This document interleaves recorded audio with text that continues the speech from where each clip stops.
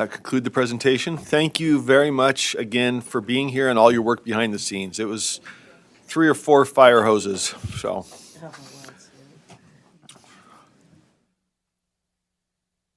Let's see. I think that brings us to the Science of Reading panel, and I believe Director Thronson might be running point on that, but am I correct there? Yes. Let's see. There we go. Director Thronson, we are on, or Deputy Superintendent, sorry, not sure who to turn the spotlight on, but Director Thronson, welcome, and please introduce your team. Will do. May I get access to the screens to share my presentation? And as that hopefully happens, Dr. Jennifer Thronson, Director of Teaching and Learning, and I am here with 2 of our 6 panel members, and I'll let them introduce themselves.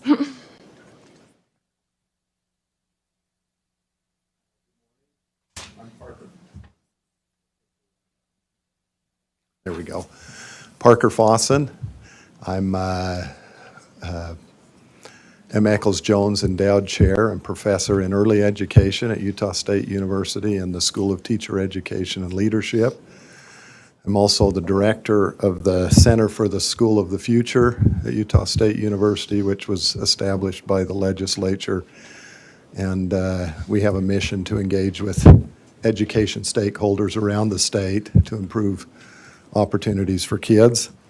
I'm a former dean of the School of Education at Utah Valley University, former department head in a curriculum and instruction department at the University of Kentucky, and a former 1st through 6th grade teacher here in the state of Utah. I'm also the former president of the Association of Literacy Educators and Researchers. That's an elected position. And also the former editor of the Literacy Research and Instruction Journal that was established by that same organization.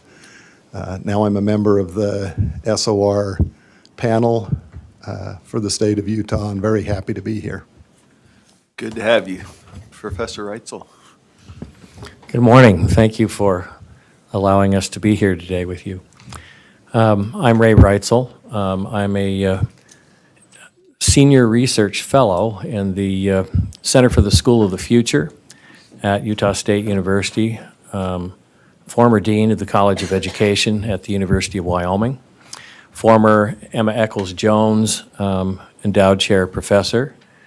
I am the former President of the International Hall of Fame in Reading, and also the William S. Gray Citation of Merit from the International Literacy Association, a group of 43 scholars worldwide over the last 50 years. So I'm very grateful to be on this Science of Reading panel and look forward to our conversation today. Thank you for that introduction. I should have indicated, members, this is an information item, and so there's a lot of action going on here, and we wanted to bring the group in to allow us to hear what they're doing and ask questions. We don't have any action item to take, but we're very grateful to have both our own Director Thronson and then a full third of the panel. I guess it's a 6-member panel, so this is an opportunity to explore. Feel free to ask. Director Thronson, back to you. I just neglected to frame it up. I love a lens of why we're here. Thank you. So I'm just going to do a highlight of a few key pieces of what the Science Reading Panel is, what they are asked to do via the SB 127 from 2022, which is our early literacy outcomes bill, and who's on the panel and some of the work that they're doing and some recommendations they have for you as the board. So with that said, this language that is up there now, it's like a little delay, sorry, comes straight from the code in terms of what the expert panel is, their duties are. So this one specifically is to serve in a consultancy capacity to USBE. And going back to Board Member Vargas's question earlier, USBE can mean the board, and in this case, also staff. So we've been working closely with them since April of 2022. The bill passed in March, and we got going very quickly with our panel. So for our goal is to get to that 70% of students reading at grade level. Currently, we have 1 and 2 kids, so we're at about 50%. And so over the next 5 years, we have an ambitious goal. We actually worked on that goal with these 2 members as part of the legislation to say what's reasonable, what can we do. Just in green, the color coding is to indicate what we've worked on so far in the first year. The black is not something we've worked on at this point with the professional learning that our educators are engaged in between letters, change management, and other professional collective advocacy that's starting. We've got a lot happening, and so the need for that right now is not urgent. And so we've got a lot of resources happening, but we have used their help in all of the other things you see on the screen there. And then these are optional responsibilities of the panel from code. So the state board may collaborate with panel members to conduct periodic reviews of, and we've done student outcome data. We did that in the fall. We'll do that again once it's available for our BOY, MOY, and EOY, which is beginning of year, middle of year, end of year data. And then we've also done the bottom item there, advising LEAs regarding the science of reading and science of reading instruction of curriculum and intervention programs. They helped with some checklists that we've done and some intervention supports that we put into place last spring. So with that said, just some examples of some of the things they are requested to do as part of the legislation. The legislation also dictates the selection of the Science of Reading expert panel in terms of it needs to have 6 members. And within that membership, there needs to be knowledge and research background in the science of reading and the science of reading instruction, as well as experience translating the science of reading into effective reading instructional practice. Those are directly from code as well. And then these are our current members of the Science of Reading panel for Utah. 3 are local, 3 are out of state. So we have a nice combination across, and we just had another one join us. So all our local panel members are here. And when I say local, they're all up in Logan, at least officially at USU. But the others come from out of state. So we have Dr. Dole here to my right from USU and the Center of School for the Future. You met Dr. Parker. Next up on there is Dr. Elsa Cardenas Hagen. She is our English language learner specialist on the group.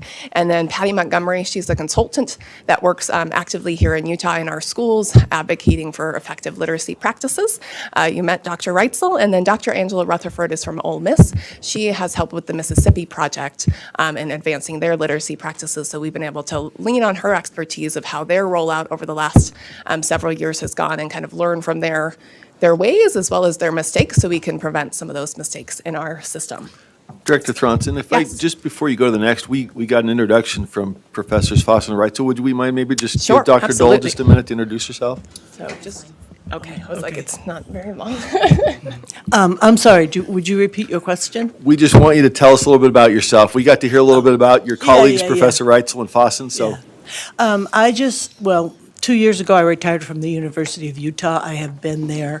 I have been a reading specialist in the education psychology department for 33 years.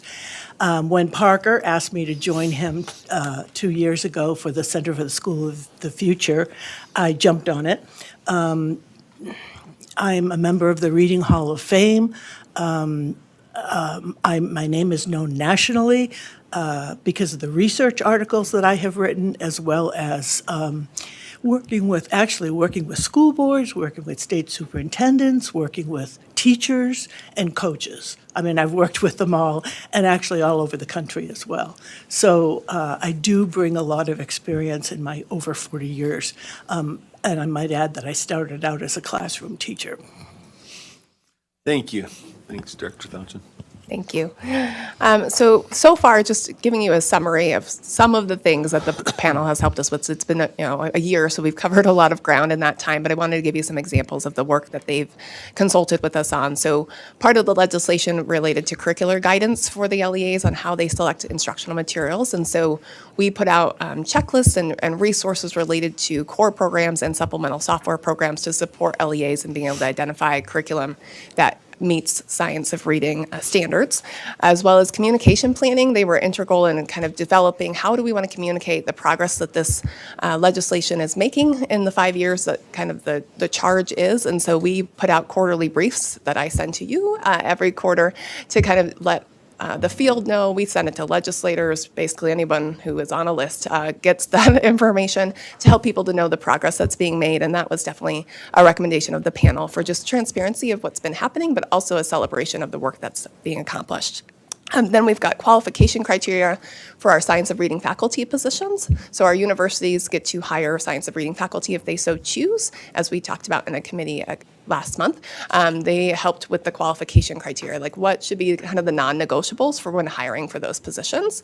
And then implementation of state coaches in the lowest performing schools. We've been able to lean on Dr. Rutherford, especially for that with their experience in Mississippi and the coaching network that they put into place as we modeled our system after that. It was really helpful to have her input on that process. And then in preparation for this panel discussion, we luckily had a meeting just a couple weeks ago, so I was able to ask them what recommendations they might have for you as a board. And these were kind of the two themes that came from that conversation. So a need to continue to build the expertise of the science of reading and science of reading instruction in Utah.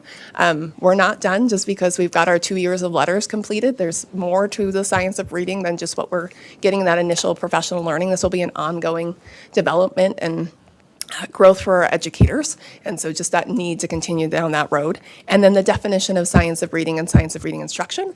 Board Member Klein asked for that in our last meeting last month, like, what is the science of reading and science of reading instruction? And so in your backup for today, I shared a brief that Dr. Dole and Dr. Reitzel had prepared a few months ago that outlines what the science of reading and science of reading instruction is, so you'll have that available so that you're like, okay, now I feel like I know what it is, and if you have questions, you can definitely reach out to us, and we'd be happy to answer those. So with that said, that is the end of our presentation. The panel members and I are here if you have any questions. All right, thank you. We do have a couple lights. Member Carey? Maybe just Yeah. one. Member Klein? Thank you for coming in and the presentation today. I don't know if you were here at the beginning of the meeting, but there were a lot of testimony or speakers talking about the importance of reading, and it's just a gateway to magnificence. It strikes me as a very ambitious goal. No one can accuse you of being timid to take us from 49% proficiency to 70% proficiency in, it looks like 4 years. Is there a model that has achieved that previously, either at a statewide level or a district level, where you're saying, this is how they got here, we're going to follow this pattern? Or is this all, I don't want to say new, but is it innovative on your end? And I'll ask the panel generally. Thank you, Chair.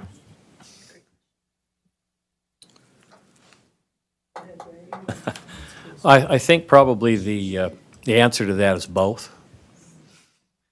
The model that we used as we built the law with Senator Milner and her staff and shepherded it through the legislative process was highly grounded in the Mississippi Project. If you're familiar with that, what happened with Mississippi was on the National Assessment of Educational Progress for many, many years, Mississippi was our back door. We could always say, if we did kind of well or we did poorly, it was always, we're not as bad as Mississippi. And they finally took that to heart and decided they didn't want to be that anymore. And so they developed this project over a period of years from about 2013 to 2019, when the NAEP score started to shift dramatically from them being last in the country to being middle of the pack. And to do that, if you understand standardized scores on that NAEP instrument, that is a magnificent jump. I mean, it's something to be admired no matter by anybody who looks at that. Moving that quickly over that many states is really something. So we have that, and we have Dr. Rutherford from Ole Miss, who is helping us stay grounded in that model. On the other hand, our law isn't exactly the same as theirs, and so there is some new territory and new ground to be plowed, and some innovations that are going to occur. The primary objective, I think, of the law is to do two things. One, to get to that lofty goal of 70%, although I will tell you that during the drafting of the law, there was some folks who would like to have gone to 90%. So that scared some people half to death, as you might imagine. But we came to 70. We thought that would be a good 5-year reasonable goal.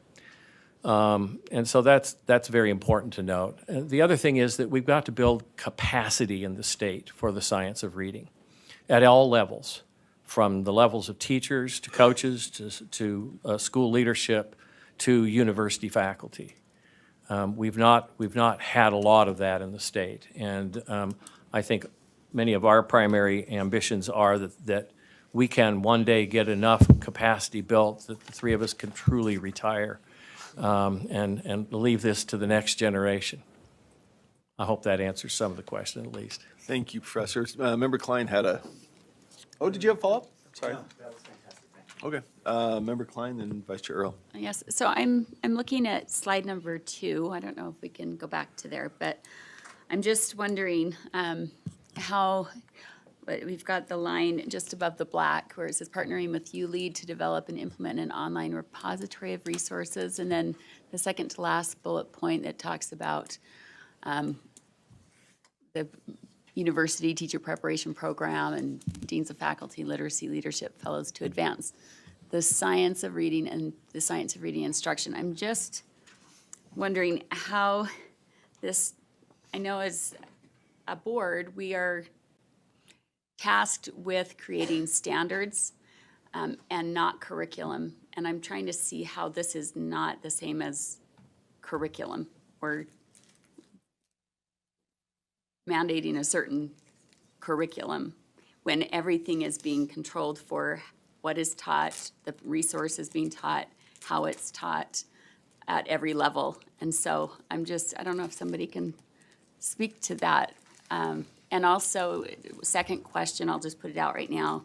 In our Standards and Assessment Committee last month, there was a motion made, as Dr. Thronson referred to, and it was agreed that staff would, it says, direct staff to have different ways of including science of reading in a rule that we were working on, R277729, and bring back to the April committee meeting, but I don't see it on our April committee or on our committee agenda for tomorrow. And so that was supposed to be something that came back to our committee for review, and it sounds like it's been outsourced to somebody else to create that.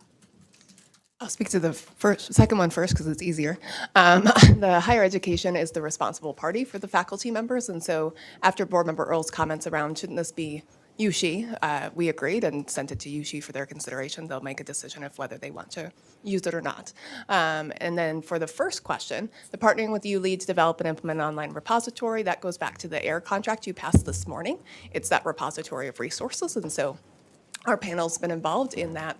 I think, Ray, you were the one that served on the RFP for that particular repository.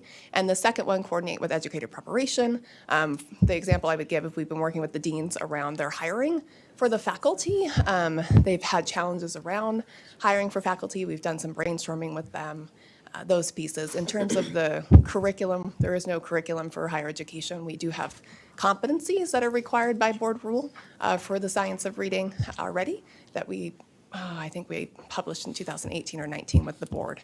So those are in place already, but that has not been part of the panel's work. Superintendent Dixon has something to add. Yeah, I'm going to direct this to Dr. Fossen, if I may. So, Board Member Klein, I think I heard part of your question as well about that localized control over curriculum. Are we dictating a curriculum? We're dictating the requirements, like stringent requirements of what they can use and what they can't use. Right. The So exclusive and inclusion criteria, which is, in my opinion, equates to an unelected body being put over what essentially is curriculum. Thank you. So I heard that in your question, I'd heard a bit of that. Sorry, I didn't get that whole piece. But Dr. Fossen, I'm wondering if you might address that second bullet and talk about the work that you're doing with Davis in the professional learning schools and how in teacher preparation you are actually using what the local board of Davis has selected, but how you're also blending a science of reading in those educator preparation programs through the model with Davis, if you wouldn't mind, because I think that's a really good example to get at Board Member Klein's concern. Certainly. Thank you for the question, Board Member Klein and Superintendent Dixon. So first of all, let me say that for sure Ray and I think Dr. Dole as well, would be fairly agnostic to what curriculum schools are using. if you look at the Science of Reading brief, policy and research brief that Dr. Thronson sent to you, you'll see that the science of reading is not a curriculum. It's really the knowledge base behind how we make decisions about how kids learn. And so we want to make that clear that as we talk about SOR, we're not talking about a set curriculum.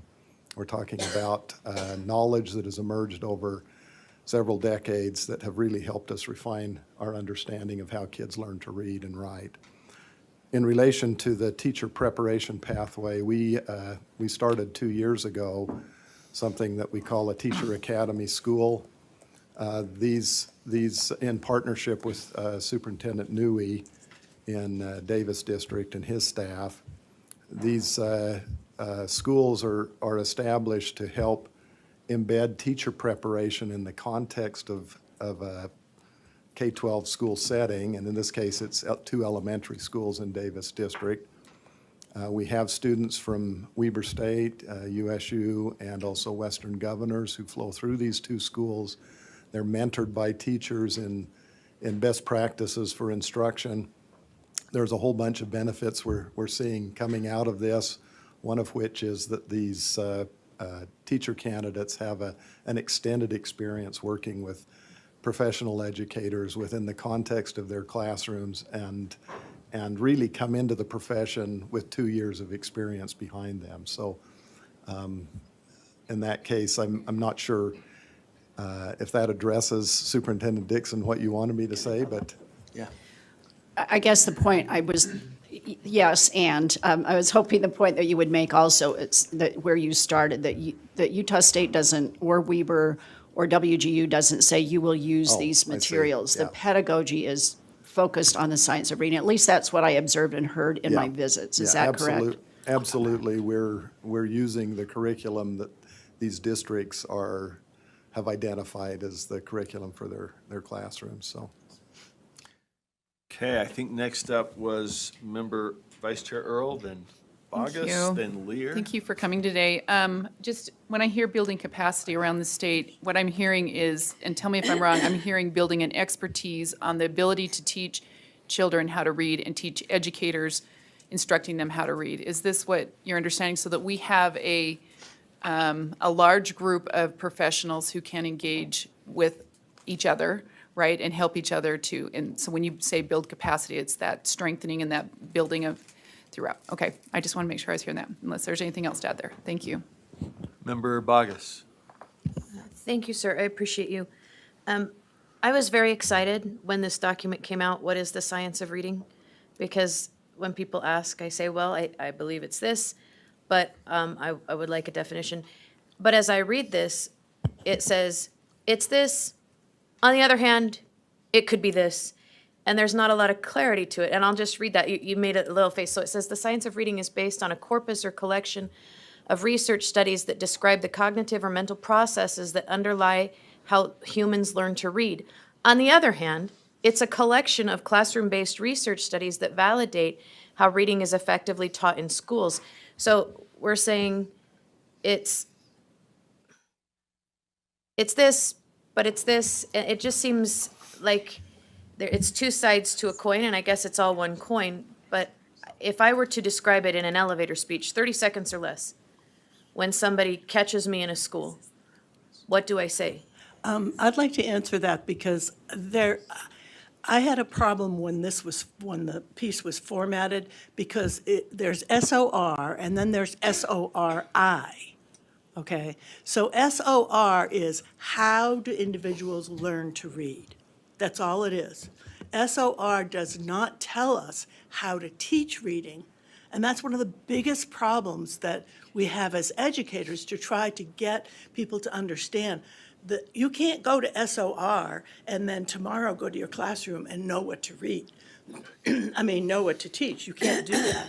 The SOR is the science of reading instruction. And I think it was up there a little bit. There's also a body of research, sort of, it's a sort of converging body of research. It's sort of like a Venn diagram. So you have the science of reading here, the science of reading instruction here, and they do overlap. But the science of reading instruction is more about how do we teach kids to read. And that research is not nearly as robust as the science of reading. We know more about how to teach kids how children learn to read than we know about what to do about it, okay? So there are two very, very separate things, and it's really hard to get teachers to understand the difference between those two. And I think it's a problem across the field and across the country. So this is nothing unique to us. So does that help clarify that point? Yes. Member Bogus? Yeah, the instructional part, I think, is what's missing from the Yes. conversation. Yes, that's exactly right, right. And we don't know as much about the instruction. We do know some things. We do know that explicit instruction in phonics helps kids. We know that. There's a lot of research on the science of reading instruction that tells us that. We do know that. But, you know, when we come to comprehension, which is my particular area of expertise, we don't know as much. That's one of the reasons why teachers have a harder time teaching comprehension than phonics. Phonics is fairly discrete and finite. You'll learn the letters, you'll learn the sounds, you learn how they go together, you learn how to put them together in a word. It's fairly discrete. When we come to other things like vocabulary, actually, and comprehension, the field doesn't know as much about those things. And so it's much harder to say to teachers, here's best practice. I do have Thank you. a small follow-up, is that okay? Sure, we got a couple of lights, but go ahead. Just as you're talking about the science of reading instruction, how do you feel about the International Phonetic Alphabet and that it's left out of reading instruction almost universally in America today? You mean when there are like critical marks and Yes, but more specifically, the International Phonetic Alphabet. There's a system that we use here in America that is not systematic across the globe, and it seems it's kind of like rulers, right? We use inches and everybody else uses centimeters. I'm wondering, as I read and cogitated on this, I'm wondering how the International Phonetic Alphabet could help us with our second language instruction in this state, because it is universal. But when I look at like the letters training, often IPA is left out of it. And I'm just wondering if any of you, maybe you in particular, but if any of you have a thought on the absence of the IPA from the reading I could instruction. say some things and you may want to add, but there was a lot of research done on that called the ITA, and it's related to what you're talking about. That was done in the 70s, and now that wasn't done with English language learners, okay? So I want to make that clear. But it was done with, the rest of mainstream kids, let's say. And what they found was, yes, it helps initially. It really does, like in first grade and second grade. Just like Spanish students can learn Spanish much easier than our students can learn English, because Spanish is much more transparent. Spanish doesn't have 5 different sounds for the letter A, for instance, okay? But what they found was at the end of the third grade, achievement was the same. So it didn't make any difference. Even though it did bump kids up initially, by the time they reached third grade, the other kids caught up. So there was no difference. And I think that's one of the reasons why you don't see that research done now. You may want to add something, Ray? I began my career in college as a musician, and one of the first things that I was taught in diction courses was the International Phonetic Alphabet. And Dr. Dole is absolutely correct. The field tried to incorporate this into very routine elementary reading instruction in the late 60s and early 70s. ITA being one example. There were other attempts, one called Words in Color, where they tried to color the letters different colors so they would, signal different sounds. We've tried to do this type of thing several times in several ways. In fact, if you go back far enough it'll go back into the 1800s with Sir John Pittman, okay, who was the first one to kind of do this. Our own state tried this. Some of you may be familiar with the Deseret alphabet that the immigrants learned when they came to this valley. So there have been many attempts to do that in the past, and in every case, what happens is exactly what we found in the research. it gives an initial bump, but when you have to translate to traditional orthography, the way we spell words and the alphabet we use, that benefit goes away rather quickly, and we're right back to where we were in terms of using it. So, but we don't know. I mean, I'm the first one to say, when we don't know something in research, we don't know what benefits that might endow English learners with were we to do it on some kind of scaled basis. We have no information on that. So your question's a good one, but if you look to the past in terms of children in traditional elementary schools from L1 families speaking English, the benefit disappears rather quickly. And we saw some other similar findings like that if we started kids learning to read really, really, really early versus kids who were taught a little later. By third grade, all differences just evaporate. So we really can't answer more than that because as panel members, we tie ourselves rather quite closely to the research. Thank you, sir. I appreciate both of you. Thank you, thank you. Member Lear, then Member Klein, then did I see Member Green? You're good, so then Member Davis. All right, so Member Lear. And I had I really appreciated this. My undergraduate degree is English, and I taught English in my first life, in a first life. But so I just really am interested in this and appreciate that. Having said that, I had a more practical question that I think at least two of the three of you alluded to, and that is part of your role is to train teachers and build. I can't remember the word you used. It was capacity. I was going to say depth, but is part of your consideration? I mean, that's all great philosophically, but what are we going to do when the capacity you build, you have such great expertise to build, goes on to a higher paying job at increasingly higher levels? So is any part of your work going to be about keeping teachers in the profession? Because it's all for naught if you don't. We'll have really, really well-trained In other words, IT did you bring a specialists. checkbook? Pardon me?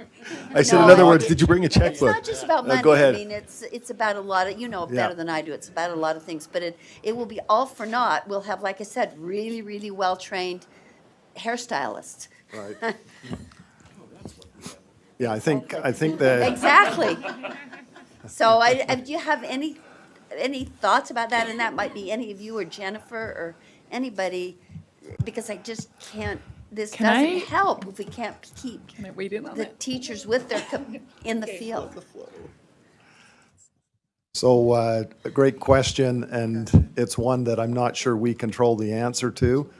I know Superintendent Dixon and I, a number of years ago, were partnering together in Reading First in Granite District with great success. I think we took the 6 or 7 lowest performing elementaries up to about 76% proficiency in reading by the end of third grade, but we had an outflow, and the outflow was, it's a lot of work. It's a lot of work to teach well, and we lost a few teachers to the east side of the valley. Partly maybe pay. I don't know that pay was a big issue, but maybe workload was a bigger issue for these teachers making the transition. The challenge is, I think one of the challenges to address with this is, can you build capacity at a broad enough and deep enough depth that you can handle within the system some migration, because you're not really going to be able to control that. People make personal decisions, and there's a number of factors that come into that. Probably maybe a bigger question that maybe we could think about addressing down the road would be, how do we retain more teachers after that critical 5th year? That might be something that, if you build deeper expertise and teachers feel like they're engaged in an endeavor that's actually producing huge beneficial outcome for students, you might be able to move them past that 5th year where we have historically had an outflow. In terms of building capacity and then taking away choice, I don't know that that's really going to be the direction to go. I think we'll always have challenges with losing expertise, but probably every profession does to some degree. It seems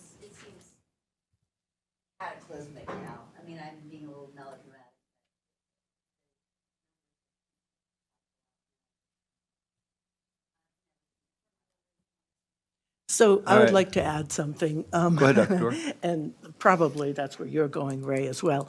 The Center for the School of the Future is involved in a research project where we're looking at doing a better job in schools of retaining teachers. And this, one of the schools we're looking at is a Teacher Academy School in Davis, where they have redesigned the whole school so that teachers have support in the form of paraprofessionals, in the form of aides, in the form of student interns, as Parker was talking about. So we're in the middle of that project right now, just looking at seeing if that school redesign can retain teachers. And we're really hopeful, and I think one of the things that actually the center has done is to focus on the issue of how do we redesign schools so, for teacher retention? So the teachers are happier, they have a workload that's less than they have now, and they feel good about what they're doing.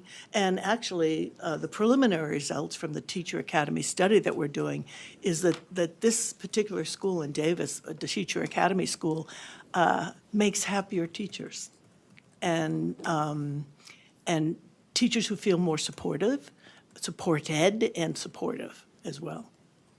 One last follow-up. Sure. Chair Moss. I hope maybe, yes, go ahead. May I also address Oh, a of couple of course. issues that I think might help you feel a little more comfortable? First off, I think the bill does some of what you're asking, and one of those is that we're going to be inputting into the system teachers coming from higher education that are well-equipped in the science of reading, and we're hiring long-term faculty to make sure that continues, so that we don't end up where we have been as we feed new teachers into the system. They've been educated with something else, and then the school districts are, it's incumbent upon the school districts then to retrain them. And that kind of curricular whiplash, may I call it that, that teachers have been through more than once in their career if they've been around very long, it's, do this, nope, that's wrong, do that. I think we're trying to stabilize that with the science of reading, and that we're trying to stop that sort of pendulum swinging, which exhausts teachers to no end. And part of their reason to leave is they're just tired of feeling like things are shifting under their feet constantly. And we've got to resist that in schools and higher ed everywhere, this penchant to go after the glittery new object. We need to stabilize things long enough to get them to, so they're functioning well and doing what we want them to. So there's lots of things we can do, and I think we're headed in a good direction. And I just, go ahead. I just want to add one thing, because I think this is a good audience for it. When we, actually, Ray and Parker and I were involved in the Reading First Reform Project that the Utah State Office of Education implemented in the 2000s. And we went back after, let's say, about 5 years after the reform project had ended, and we asked teachers and principals and coaches, have you sustained the reading reform changes? And the answer primarily was no, it wasn't sustained. And one of the reasons I firmly believe is that virtually a third of the principals who started with us on this 5-year project left. And you can't have reading reform that is maintained over time when you have principals who leave, because they are the most important person in the building as far as getting the building and getting all teachers on board. And virtually a third of the principals left, or they moved schools, They could have been in the district, but they moved schools. So that is a serious problem. And I just hope in your work, you're the cerebral part of this. I hope in your work, there is some attention to that, because again, I don't see it helping unless we do some very practical things to help teachers. Allow them to have annual leave like state employees do.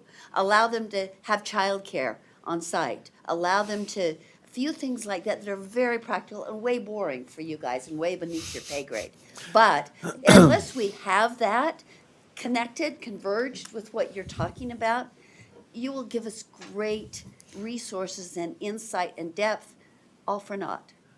All right, So- Member Klein. Thanks. I'll move through. We've got Member Klein, Member Davis, and Member Bogus is the order I had. Klein, Davis, and I'm sorry, Okay. Earl. No? Okay.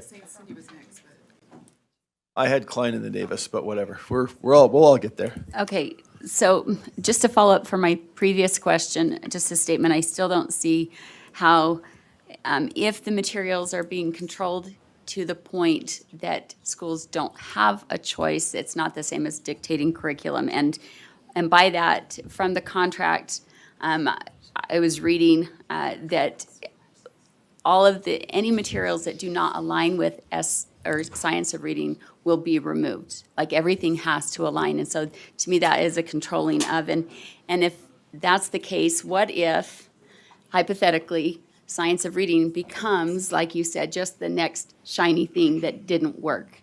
And then all of our other materials are gone because everything had to be replaced to align with, much like happened with Common Core. So now my question is, how are science of reading or approaches, how are the science of reading approaches assessed?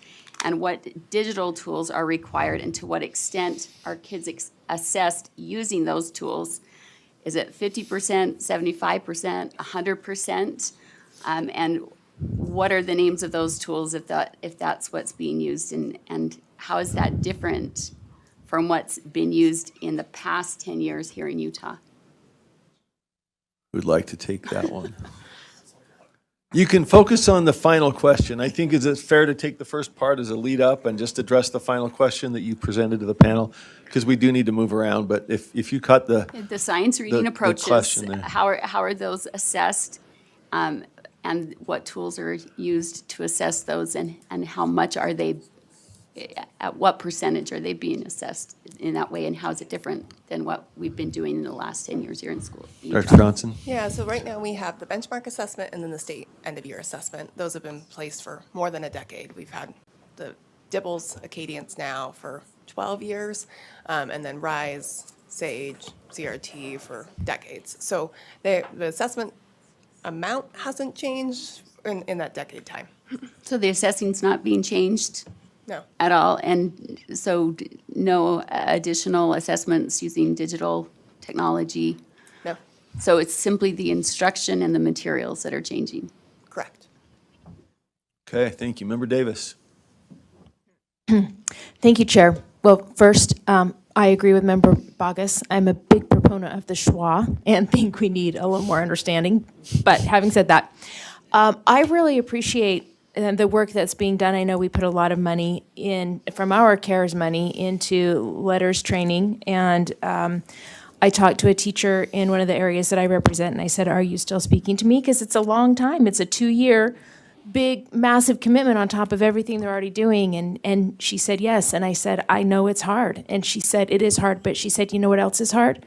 She said, graduating in the 1980s, not where before people had access to this information, and not knowing the science of reading, and not being able to help my students when they don't know how to read. That's hard. Second grade teacher. And she was really grateful for the understandings that she was gaining, and felt like she was seeing success.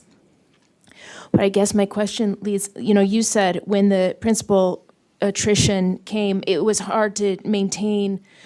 What happens, I'm familiar with what we are doing with our letters training and this big 2-year push, but what happens when that's over and the money's gone?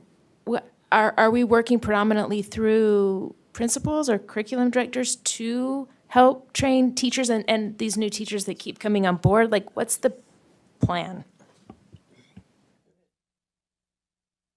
I'll take part of that. It looks like Jennifer wants to take part of it too. In the bill as passed, there are a couple of things that deal with that. One is, of course, that we're looking at higher education programs that prepare new principals and new teachers.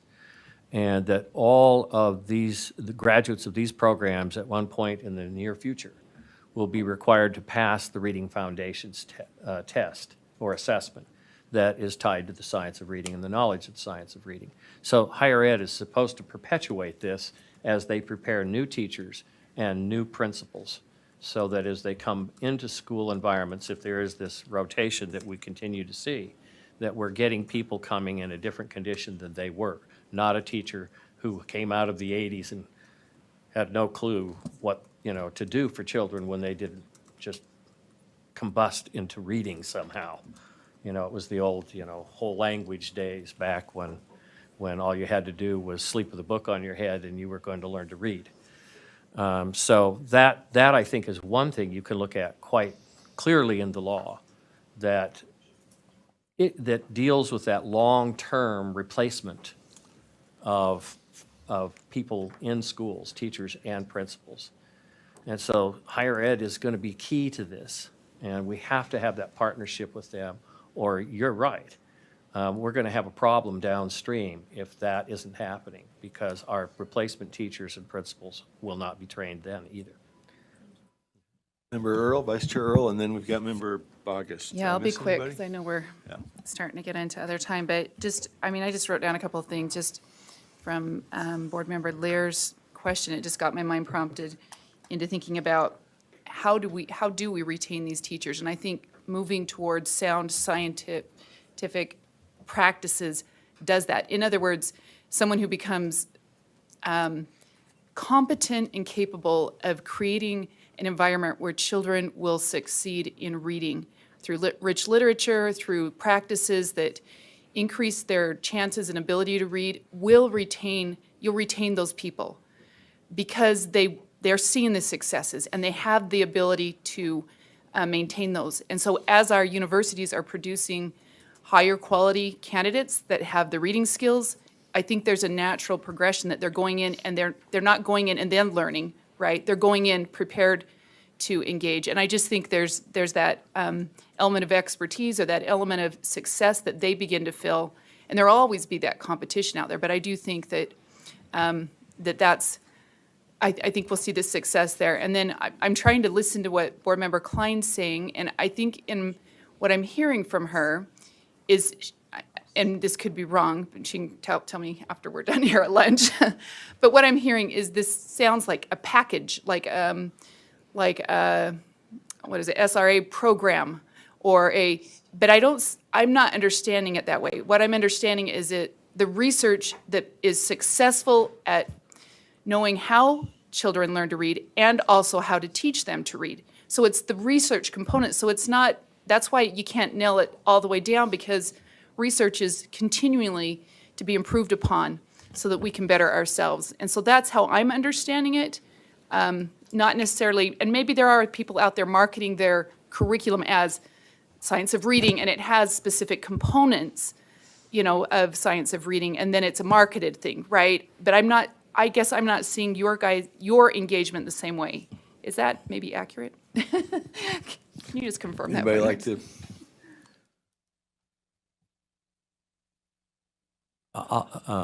Board Member Earl, I'll respond to part of that, and I'm sure my colleagues would like to field it as well. One of the things that you bring up is, and we addressed this in that brief that I think has been shared with you, science of reading is very unlikely to become a casualty of the curricular whiplash I referred to earlier, the fads that come and go, because the very reason is that it's founded on a large collection of research that, as you point out, is evolving. But that is what, basically stabilizes it from being a fad. Okay? The fact that the research has been fairly stable, say for like phonics instruction, for example. That has been stable now for well over a couple of decades, if not longer. And that's going to really help keep things from becoming faddish over time. And that's one of the reasons we want to tie ourselves to empirical research findings rather than what vendors and what the press might be putting out there, is popular and we should all run to. We're not trying to do a propaganda technique here.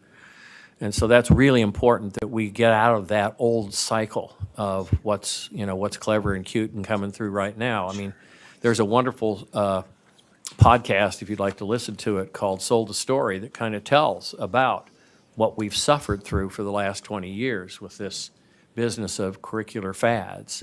The other thing that I think I want to address about teacher retention is this.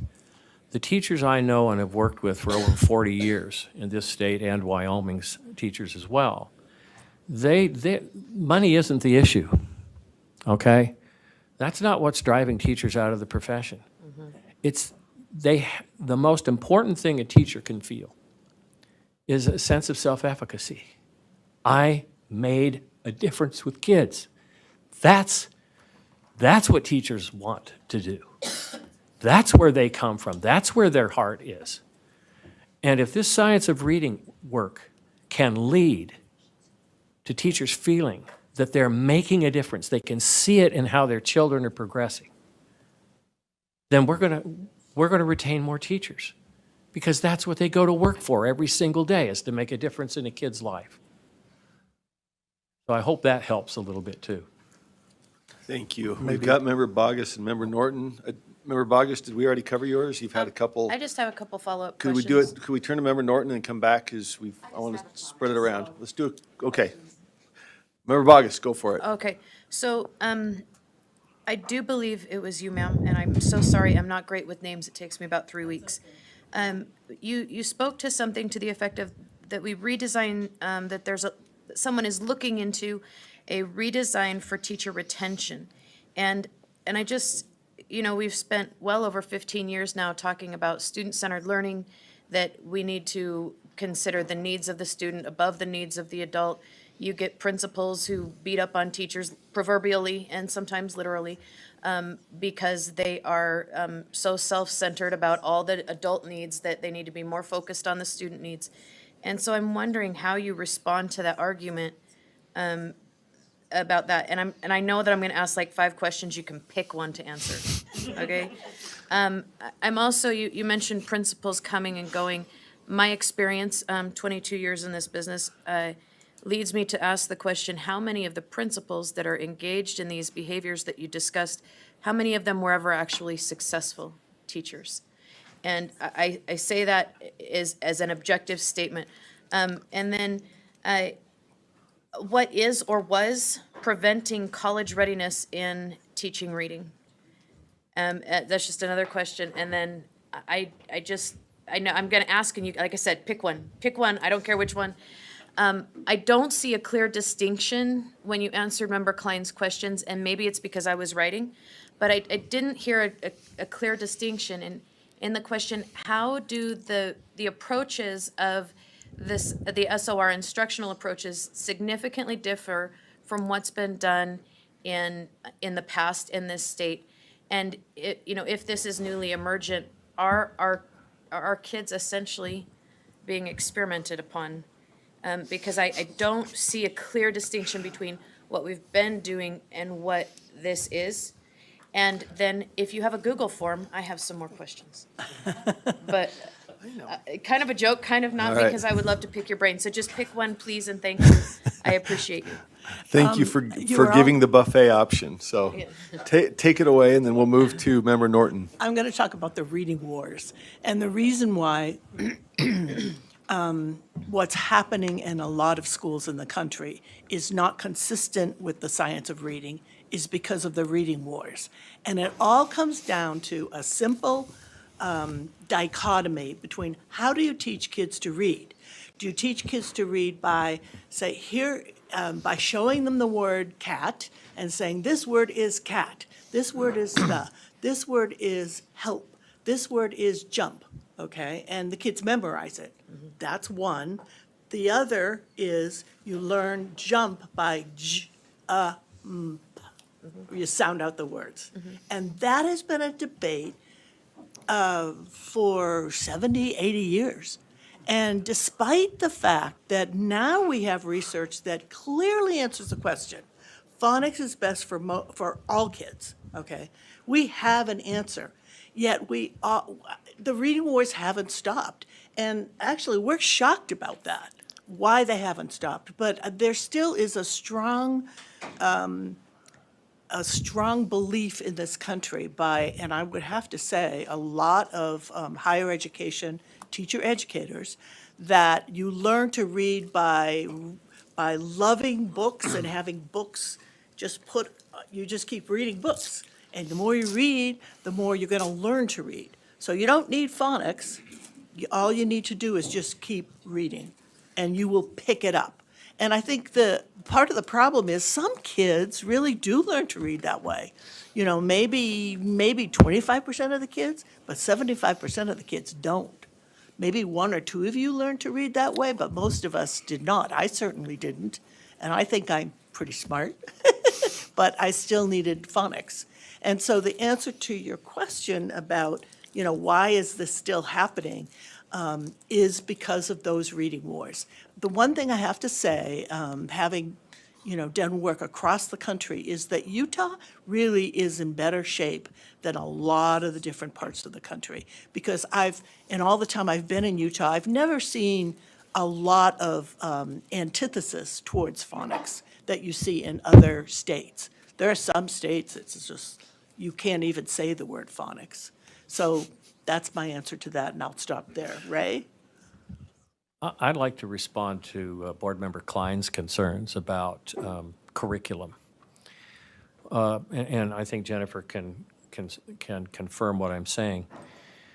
When we were asked about that early on, districts were pleading, well, you tell us which ones we can use and which ones we can't use. Our panel said, we're not going to do that.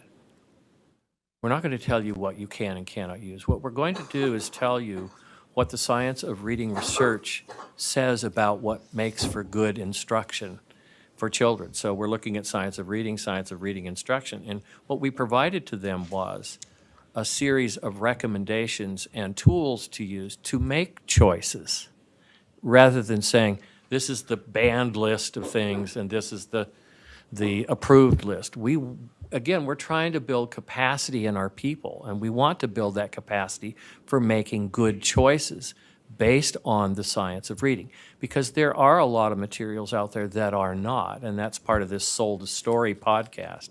They've been sold for years, and what we're seeing now, and this is getting very, very serious, what we're seeing now is that there are a boatload of pending lawsuits, okay, about how reading gets taught and who gets taught and who didn't get taught. There's a case from Berkeley, California last summer that some of you may have been following, of some high school graduates that were given high school diplomas and then sued because they couldn't read and won. Right now in Sold a Story, there's possible lawsuits against certain publishers and certain higher ed people who promoted products and materials that were not in harmony with what we know from the research about how people learn to read and how to teach it. And the most recent survey that has been done in the country, and this will maybe shock you, over 70% of our schools are still adopting and using those materials that are not in harmony with the findings of the science of reading. And that's a problem. That's a big problem, because we're getting results from the use of those materials that we've seen for decades now. And we're failing over 50% of our kids getting them proficiently reading on grade level by third grade. Thank you. Let's go to Member Norton and then Member Straits online. Can I make just a short comment? Please. I want to say thank you. From the bottom of my heart, I know that I have been sitting at the feet of Utah's reading masters today, and you have fed my soul with such great information. I do have the opportunity to see this in action. I work in a school where our K-3 teachers are using this. We have half of them that are just finishing their training, and the other half are in their first section of it. And to see the engagement of those students, to see the power in those classrooms, and I would agree with you that those teachers leave school that day knowing they have made a big difference.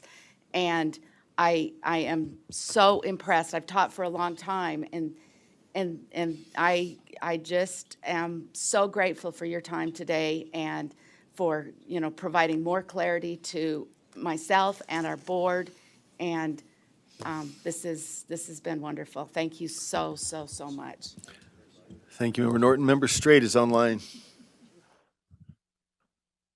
Oh, thank you so much. I won't be asking a question, but I've been I've had the opportunity to observe the letters training based on the science of reading, and amazed by the insights and the things that you learn and understand about how children do learn to read. And I think at this point, the past is the past as far as our support of Senate Bill 127. But now moving forward, I think this board has a great opportunity to support the many things that have been brought up by other board members today. And let's find a way to continue our support. Let's answer that question of how do we best move forward? Thank you. Thank you, Member Straight. Okay, I think we will let you go. I feel like we've dissolved ourselves into a committee of the classroom because we've been learning, and for this group, that's a thrill. So we greatly appreciate you sharing the science with us and letting us know the work that you're doing out there. And did you have comments? Okay, yeah, let's give them a hand. Thank you very much. All right, let me just do the board. I'll do 10 years, 10 years. I'm just going to take 10 years. Let me do the board report for 10 minutes, and we'll go to lunch, and we'll be back with the board chair's report. So I do have one visual aid, but let me just give a quick report on a couple chances I had in the last month to learn from some people and get some good insights. So hold on, let's mute that for just a sec. I don't want to ruin the surprise. So went back with a few of the group here to NASB and got to see a lot of other board members from different states, learned from panels of experts. One of those was our own Deputy Superintendent, Patty Norman, who was honored for Utah's success in holding math scores steady at the 8th grade. And we did pretty well across the board. But Dr. Norman was the first one to say, it's not quite as thrilling when you're there being honored for holding steady. You would like to see massive gains. But when you're swimming upstream against a tsunami, holding steady is pretty amazing. And so I was just bragging Dr. Norman. We got to hear her share some of the things that led to Utah's math scores being able to hold steady for our 8th graders. And there was collaboration and conferences and dissemination of ideas from those that were really crushing it and came together and performed well and then shared. And so I won't go into all hers. I'll be brief, but I just wanted to put up a graphic. So put this up there if you could. And is there a way to zoom so we just see the chart there? I don't know if that's possible. You guys can probably see it okay. But so on the right here, this is all the states. And all of those in light blue were those whose NAEP scores in 8th grade math slipped. And the two dark blue spots are the only ones that held steady. So I really like that graphic representation of what Patty, Dr. Norman was talking about. The one on the bottom left is the Department of Defense education activity. So kind of separate from a regular SEA where you're dealing with, students across the spectrum in your state. But to see Utah standing out like that, I think is a pretty awesome representation of a lot of the stuff that we hear in our board meetings. That's quite a contrast. So I wanted to just report that back, and it was a great, privilege to be there among people that were recognizing what Utah does. So another time we got to hear more from Dr. Norman about that, but I won't try to recapture how she actually explained the technicalities of what went on there, but it was impressive, and the folks there were asking questions later. One other thing that came out, and this is just something that stuck out to me in some of the panels of other board members from around the state. They talked about two things: building trust and avoiding conflict, and then on the other hand, avoiding what they called the Abilene paradox.